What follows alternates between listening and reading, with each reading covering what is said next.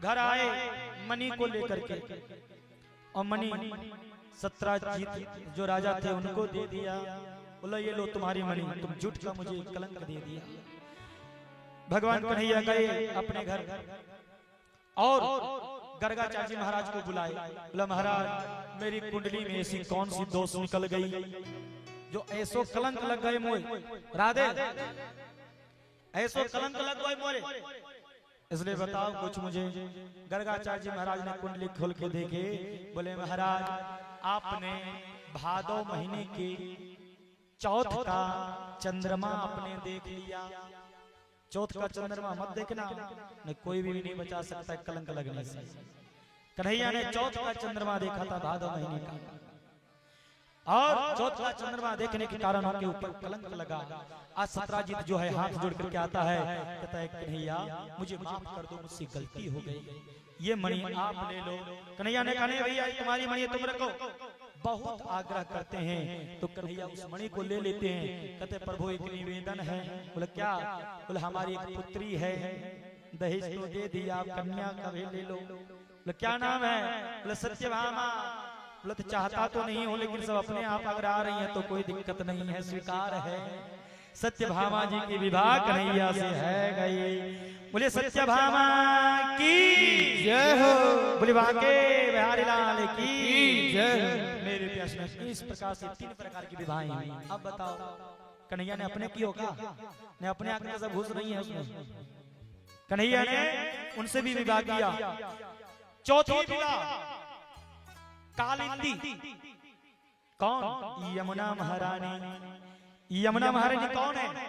सूर्य की पुत्री, यमराज की छोटी बहन, यमराज के छोटी बहन यमुना महारानी। एक बार प्रेम से जयकारा लगाएंगे। बोली यमुना महारानी की। मैंने यमुना जी पे 9 साल तक सेवा की है। आरती घाट में फर्श उठाता था, परखत मांजता था, और पुजारी जी कहते बेटा तो भजन भी गाया करो, तो भजन भी गाया करता था। आज यमुना महारानी की ऐसी कृपा हो गई तो देखो राधे राधे। सेवा करो, मेवा जरूर मिलेगा। मेरे प्यारे सुनाओ, अर्जुन जी के साथ कन्हैया घूमने गए हैं यमुना जी के किनारे। देखे कि काला कलुटा एक स्त्री बैठी हुई है। कन्हैया ने कहा ये अकेली कौन बैठी है? जाकर के पूछो उनसे।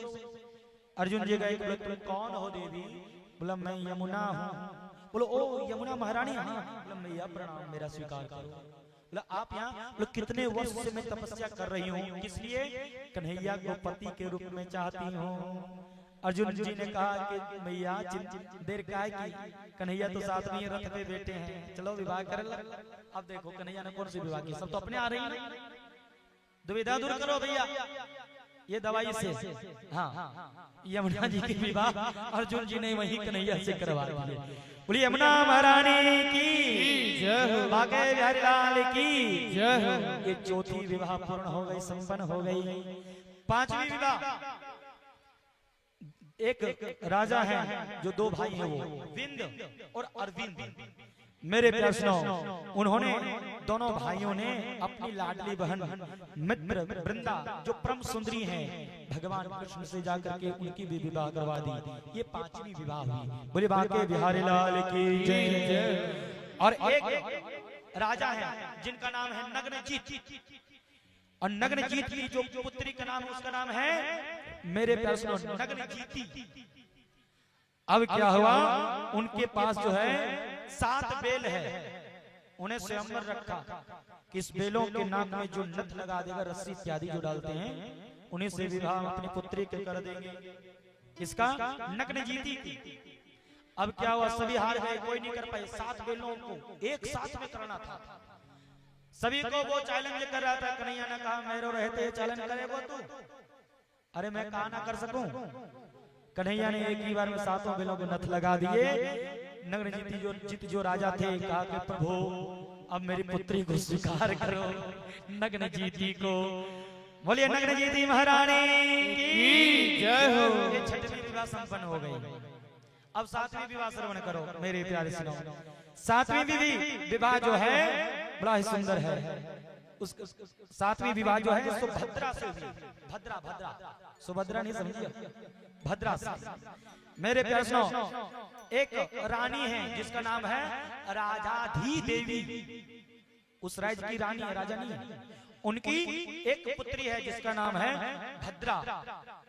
बड़ा ही पराक्रमी स्त्री है वो, जो रानी जो है बड़ा ही पराक्रमी स्त्री है। उन्होंने अपनी पुत्री को जो कन्हैया के साथ ले जाकर विवाह करवा दिया, जिसका नाम है भद्रा। बोले भद्रा मैया की जय। और मेरे प्यारे श्री राम 8वीं विवाह ध्यान दीजिएगा, 8वीं विवाह किससे हुई? लक्ष्मणा से। मध्य देश के राजा हैं मेरे प्यारे सुनो, मध्य देश के जो राजा हैं उनकी पुत्री का नाम है लक्ष्मणा। उन्होंने कन्हैया से, उनसे जब युद्ध हुआ तो विजय प्राप्त की कन्हैया ने। फिर उस मध्य देश के जो राजा थे उन्होंने कन्हैया से अपनी पुत्री की विवाह कर दिए, जिसका नाम था लक्ष्मणा। बोलिए लक्ष्मणी महारानी की जय। बोले बांके बिहारी लाल की। अब ये 8 विवाह संपन्न हुए महाराज। 16,100 तो बाकी है, ये भी तो बताओ। भौमासुर नाम का एक राजा है, बड़ा है आतताई राजा है, ध्यान दीजिएगा, बड़ा ही दुष्ट है। उन्होंने जिस राजा को जीता सभी को पुत्री को हरण करके ले आया। आज उसके कारागृह में 16,100 कन्याएं बंद हैं। उसका संकल्प है कि जिस दिन 20,000 कन्याएं हो जाएंगे मेरे कारागृह में, एक साथ में हम विवाह कर लेंगे। लेकिन मेरे प्यारे सजना, आज जो है जो भौमासुर है उन कन्याओं को जीत करके लाता है और इंतजार कर रहा है कि कब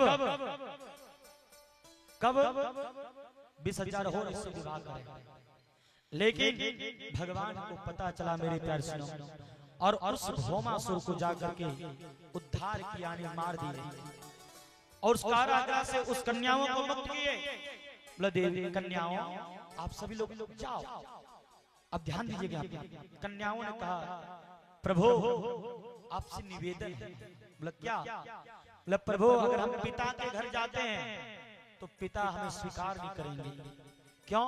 कहेंगे कि कितने वर्ष तक भौमासुर के कारागृह में रह करके आई है, तुम हमारे कलंक को कलंकित कर देगी, मेरे कुल को कलंकित कर देगी, इसलिए पिता हमें अपने घर में प्रवेश नहीं देंगे।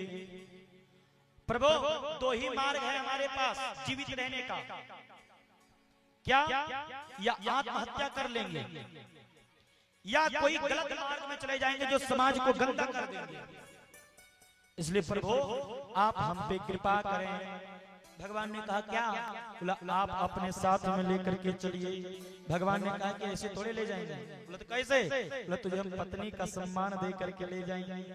भगवान क्या करते? वहां मजबूर थे, अगर नहीं करते तो यह मरती, यह समाज में गंदगी फैलाती। तो भगवान ने बताओ यहाँ पे कौन सी गलती किया भैया? विवाह करके समाज का कल्याण का ही तो किया। वो भी तो कहते हैं यदा यदा ही धर्मस्य ग्लानिर्भवति भवति भारत अभ्युत्थानम् अधर्मस्य तदात्मानं सृजामि हम परित्राणाय साधूनां विनाशाय दुष्कृतां धर्म संस्थापनार्थाय संभवामि युगे युगे। जब जब होई धर्म की हानि, जब जब होई धर्म की हानि, जब जब होई धर्म की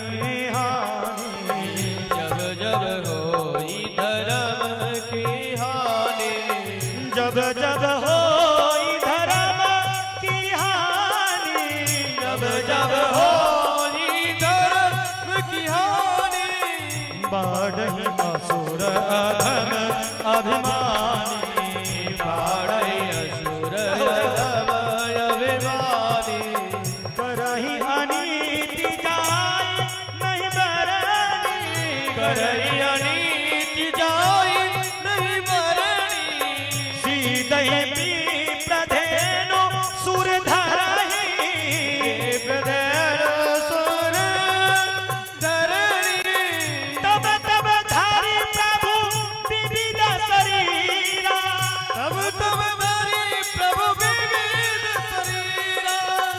मेरे प्यारे सुनो, भगवान राम बन करके कृष्ण बन करके नाना प्रकार को